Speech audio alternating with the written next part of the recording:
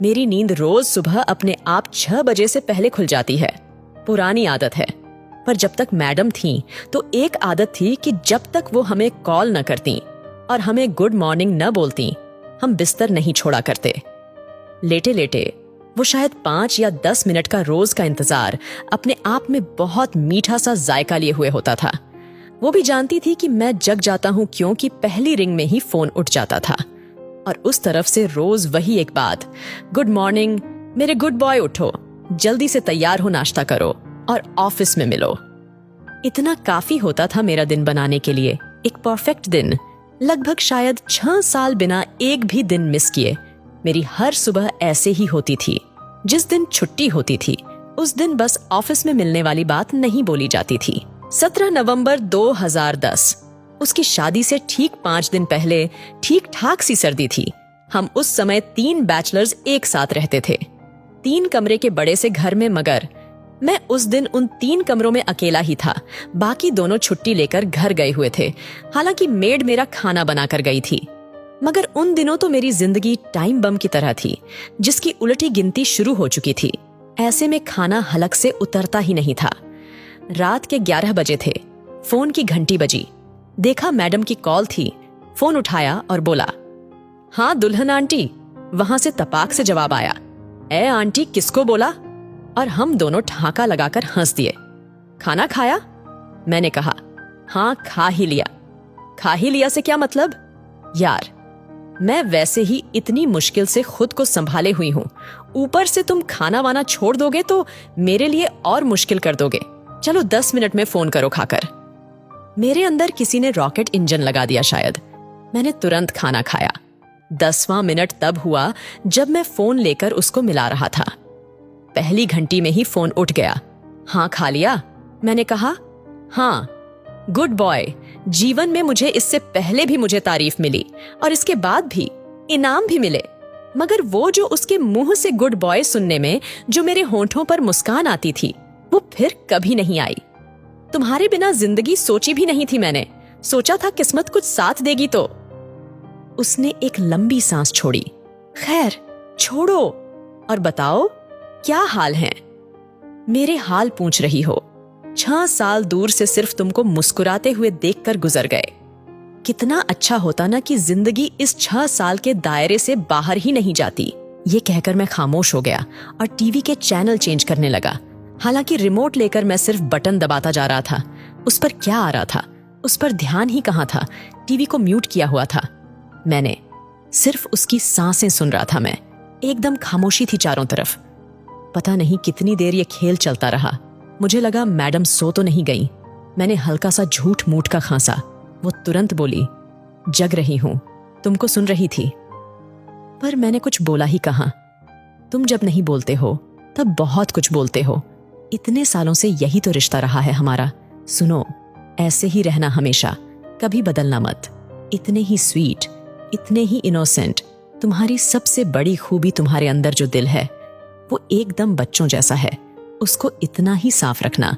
जिंदगी की किसी भी कड़वाहट को इसमें मत भरना। क्या हुआ, सो गए क्या? उसने धीमे से पूछा। नहीं, अपनी तारीफ सुन रहा था। जाने तुमको क्या क्या गलतफहमी है। मैं और स्वीट, इनोसेंट, मेरे अंदर दुनिया भर के प्रेम चोपड़ा और अमरीश पुरी भरे हुए हैं। तुमने कभी मौका ही नहीं दिया। हम दोनों फिर से एक साथ हंसने लगे। रात में टीवी पर पुराने गाने आते हैं। मैंने उसी चैनल पर रोक दिया और हल्की सी आवाज खोल दी। वो बोली, लेटे नहीं हो क्या? टीवी देख रहे हो? मैंने कहा, पता नहीं अब कितने घंटों का साथ है। तुम्हारे साथ जग लेने दो। हर पल में मुझे देख लेने दो। वो पल भी जहां यकीन हो मुझे कि तुम अब मेरी नहीं हो। तभी गाना टीवी पर आ गया। लग जा गले कि फिर ये हंसी रात हो ना हो, शायद फिर इस जन्म में मुलाकात हो ना हो। ये सुनकर पता नहीं क्या हुआ, मुझे कुछ अजीब सा लगा। मैंने ध्यान से सुना तो बहुत दबी हुई सिसकी सुनी उसकी। मैंने गंभीरता से उसका नाम लिया। उसने कोई जवाब नहीं दिया, मगर सिसकी बढ़ती गई। मैंने फिर पुकारा उसका नाम। वो थोड़ा सा अपने आंसुओं को संभालते हुए रुंधे गले से बोली, इतने सालों से तुमको देखकर सिर्फ हंसना जाना है। आज रो लेने दो मुझे जी भरकर। क्या पता तुम मुझे फिर कभी रोने के लिए भी नसीब ना हो।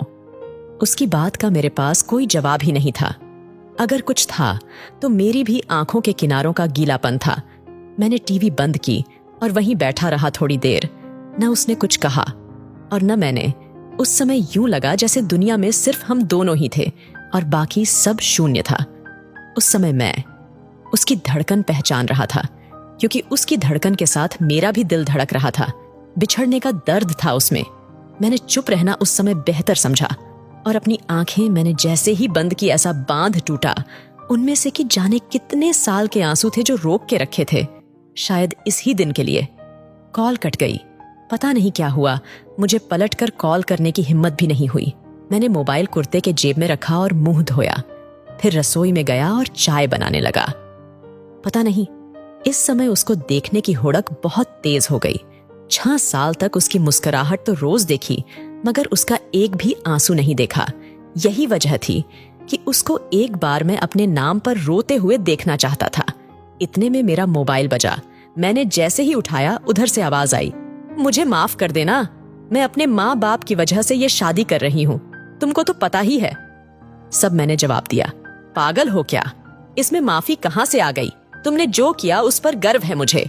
अगर तुम ऐसा नहीं करती तो मुझे अफसोस होता। माँ बाप से बढ़कर कुछ है ही नहीं इस दुनिया में। वो थोड़ा शांत होकर बोली, सुनो, एक बात के लिए माफ कर पाओगे मुझे? क्या बात है, बोलो। मैं कंधे और सर के बीच में मोबाइल एक साइड में दबाकर चाय छानते हुए बोला, क्या मुझे इजाजत दोगे कि आज के बाद मैं तुम्हें कभी फोन न करूं? इतना सुनते ही मेरे पांव तले जमीन खिसक गई। यूं लगा जैसे कोई कह रहा हो कि अपना वजूद भूल जाओ। मेरे माथे पर पसीना आ गया। एकदम धड़कन तेज हो गई। क्या हुआ, कुछ बोलो ना। हाँ, क्या बोलूं? तुमने तो सीधे सांसें ही मांग ली। बड़ा महंगा गिफ्ट ले रही हो अपनी शादी का मुझसे। अपना थुक खटकते हुए मैंने उसको बोला, जैसा तुमको ठीक लगे। इतने में उसके दरवाजे पर किसी ने खटखटाया। वो 1 मिनट का बोल के चली गई। मैं कांपते हाथ से मोबाइल पकड़े हुए था, क्योंकि अंतिम लम्हा आने वाला था। वो वापस आकर लेट गई। फोन उठाकर बोली, जाने का टाइम हो गया। आज पहली बार मुझे ये लग रहा है कि जाने तुमसे कितना कुछ कहना बाकी रह गया है और न जाने कितना तुमसे सुनना बाकी रह गया है। और ये सही भी था।